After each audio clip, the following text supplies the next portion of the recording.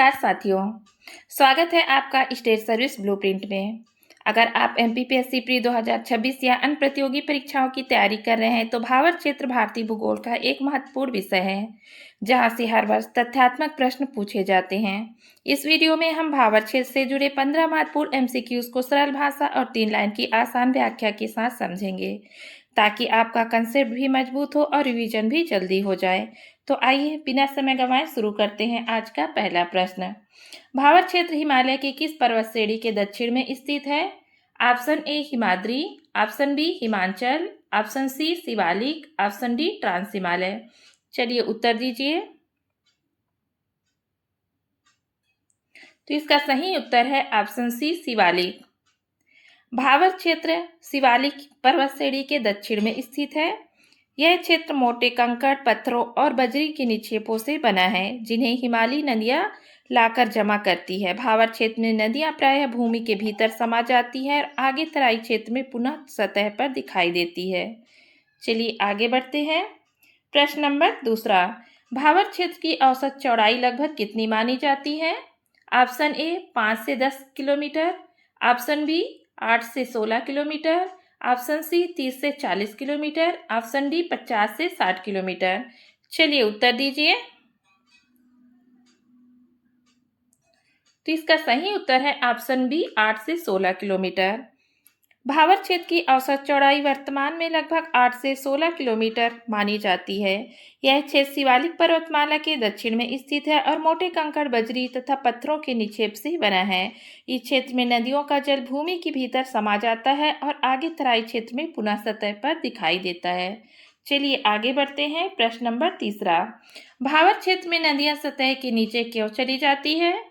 Option A अधिक वर्षा के कारण, ऑप्शन बी मोटे कंकड़ एवं बजरी के कारण, ऑप्शन सी कठोर ग्रेनाइट चट्टानों के कारण, ऑप्शन डी ज्वालामुखी चट्टानों के कारण। चलिए उत्तर दीजिए। तो इसका सही उत्तर है ऑप्शन बी मोटे कंकड़ एवं बजरी के कारण। भावर क्षेत्र में मोटे कंकड़, बजरी और पत्थरों के निक्षेप पाए जाते हैं, जिसके बीच बड़े बड़े छिद्र होते हैं। इन्हीं छिद्रों से नदियों का जल रिसकर भूमि के नीचे चला जाता है, इसलिए नदियां सतह पर दिखाई नहीं देती। यही जल आगे तराई क्षेत्र में पुनः धरातल पर निकल आता है और नदियां फिर से बहने लगती है। आगे बढ़ते हैं। प्रश्न नंबर चौथा, भावर क्षेत्र के ठीक दक्षिण में कौन सा क्षेत्र स्थित है? ऑप्शन ए भांगर, ऑप्शन बी तराई, ऑप्शन सी खादर, ऑप्शन डी दोआब। चलिए उत्तर दीजिए। तो इसका सही उत्तर है ऑप्शन बी तराई। भावर क्षेत्र के ठीक दक्षिण में तराई स्थित है। भावर में भूमि के नीचे समा जाने वाली नदियां तराई क्षेत्र में पुनः धरातल पर निकल आती है, जिससे यह क्षेत्र दलदली और अत्यधिक आर्द्र रहता है।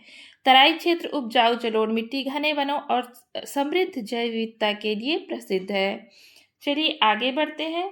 प्रश्न नंबर पांचवा, भावर क्षेत्र की मिट्टी मुख्यतः कैसी होती है? ऑप्शन ए जलोढ़ चिकनी मिट्टी, ऑप्शन बी कंकड़ एवं बोल्डर युक्त, ऑप्शन सी काली मिट्टी, ऑप्शन डी लेटेराइट मिट्टी। चलिए उत्तर दीजिए।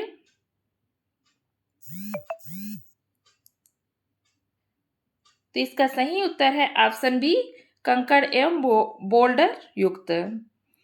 भावर क्षेत्र की मिट्टी मुख्यतः मोटे कंकड़, पत्थर, बजरी और रेत से बनी होती है। यह सामग्री हिमालयी नदियां शिवालिक पर्वतमाला से लाकर यहाँ जमा करती है, इसलिए मिट्टी अत्यधिक छिद्रयुक्त होती है।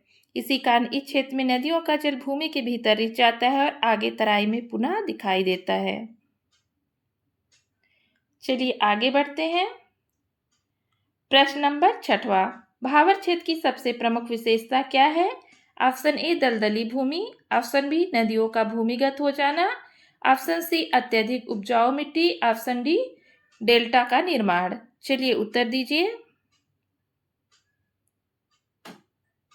तो इसका सही उत्तर है ऑप्शन बी नदियों का भूमियुक्त हो जाना।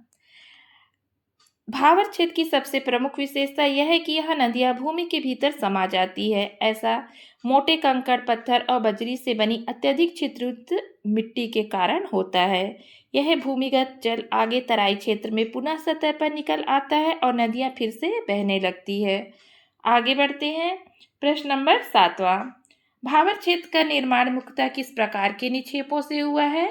ऑप्शन ए महीन जलोढ़ मिट्टी, ऑप्शन बी मोटे जलोढ़ निक्षेप, ऑप्शन सी लावा निक्षेप, ऑप्शन डी समुद्री निक्षेप। चलिए उत्तर दीजिए। तो इसका सही उत्तर है ऑप्शन बी मोटे जलोढ़ निक्षेप। भावर क्षेत्र का निर्माण मुख्यतः हिमालयी नदियों द्वारा लाए गए मोटे जलोढ़ निक्षेपों यानी कंकड़ पत्थर बजरी से हुआ है। ये निक्षेप शिवालिक पर्वतमाला के दक्षिण भाग में जमा हुए हैं। इन्हीं मोटे निक्षेपों के कारण यह क्षेत्र अत्यधिक छिद्रयुक्त होता है और नदियों का जल पुनः भूमि के भीतर समा जाता है। आगे बढ़ते हैं। प्रश्न नंबर 8वां। भावर क्षेत्र में कृषि अपेक्षाकृत कम होने का मुख्य कारण क्या है? ऑप्शन ए अत्यधिक वर्षा, ऑप्शन बी जल की भूमि में रिस जाना, ऑप्शन सी लवड़ी मिट्टी, ऑप्शन डी अधिक तापमान। चलिए उत्तर दीजिए।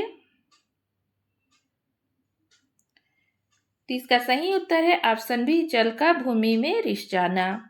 भावर क्षेत्र में कृषि अपेक्षाकृत कम होती है क्योंकि यहाँ नदियों का जल छिद्रयुक्त कंकड़ बजरी वाले मिट्टी में भूमि के भीतर समा जाता है। मिट्टी में नमी कम रहने के कारण सिंचाई की पर्याप्त सुविधा नहीं मिल पाती। इसी कारण भावर क्षेत्र कृषि की अपेक्षा वनस्पति और प्राकृतिक वन क्षेत्रों के लिए अधिक उपयुक्त माना जाता है। चलिए आगे बढ़ते हैं। प्रश्न नंबर 9वां। भावर क्षेत्र मुख्यतः भारत के किस भाग में पाया जाता है? ऑप्शन ए पश्चिमी तटीय मैदान, ऑप्शन बी हिमालय की तलहटी, ऑप्शन सी ढक्कन का पठार, ऑप्शन डी पूर्वी घाट। चलिए उत्तर दीजिए।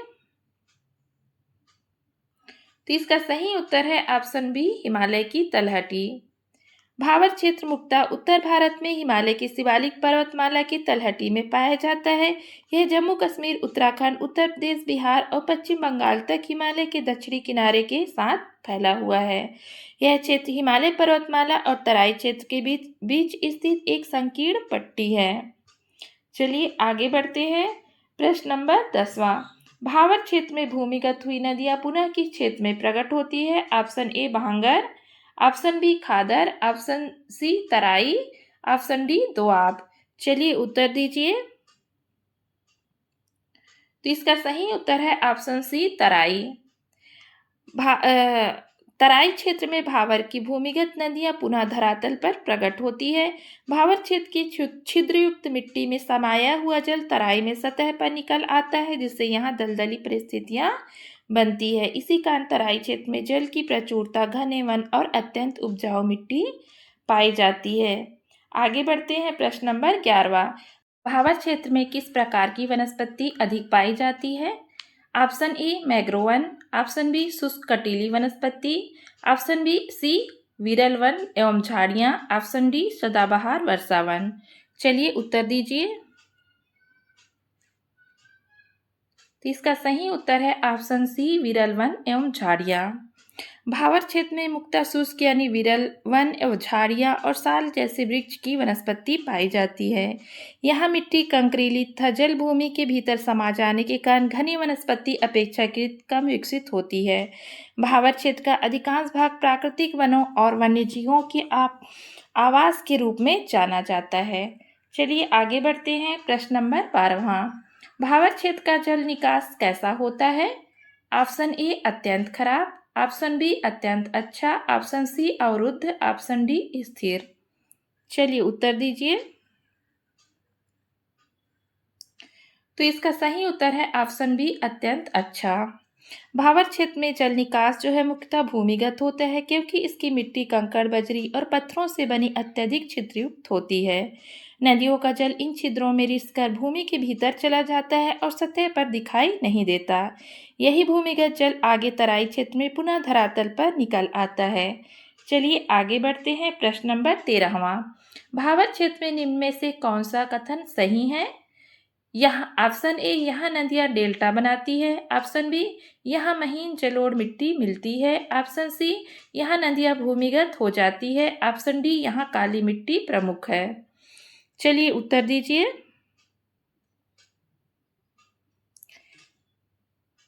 तो इसका सही उत्तर है ऑप्शन सी यहाँ नदियाँ भूमिगत हो जाती है।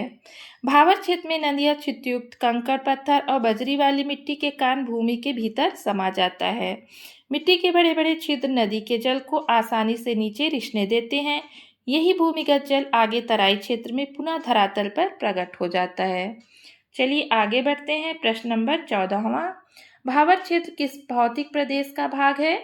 ऑप्शन ए उत्तरी मैदान, ऑप्शन सी तटीय मैदान, ऑप्शन डी ढक्कन का पठार, ऑप्शन डी थार मरुस्थल। चलिए उत्तर दीजिए। तो इसका सही उत्तर है ऑप्शन ए उत्तरी मैदान। भावर क्षेत्र उत्तरी मैदान का एक भौतिक उपभाग है। यह शिवालिक पर्वतमाला के दक्षिण और तराई क्षेत्र के उत्तर के बीच स्थित एक संकीर्ण पट्टी है। भावर क्षेत्र का निर्माण हिमालयी नदियों द्वारा लाए गए कंकड़, बजरी और पत्थरों के मोटे जलोढ़ निक्षेपों से हुआ है। आगे बढ़ते हैं। प्रश्न नंबर 15वां, एमपीपीएससी की दृष्टि से भावर क्षेत्र का सबसे महत्वपूर्ण तथ्य क्या है? ऑप्शन ए यहाँ दलदली भूमि होती है, ऑप्शन बी यहाँ नदियाँ सतह के नीचे बहने लगती है, ऑप्शन सी यहाँ डेल्टा बनती है, ऑप्शन डी यहाँ काली मिट्टी पाई जाती है। चलिए उत्तर दीजिए। तो इसका सही उत्तर है ऑप्शन बी, यहाँ नदियाँ सतह के नीचे बहने लगती है। भावर क्षेत्र की सबसे महत्वपूर्ण विशेषता यह है कि यह नदियाँ सतह के नीचे बहने लगती है। ऐसा कंकड़, बजरी और पत्थरों से बने अत्यधिक छिद्रयुक्त मिट्टी के कारण होता है, जिससे जल भूमि में रिस जाता है। यही नदियाँ आगे तराई क्षेत्र में पुनः धरातल पर दिखाई देती है। तो दोस्तों आज का सेशन यही समाप्त होता है।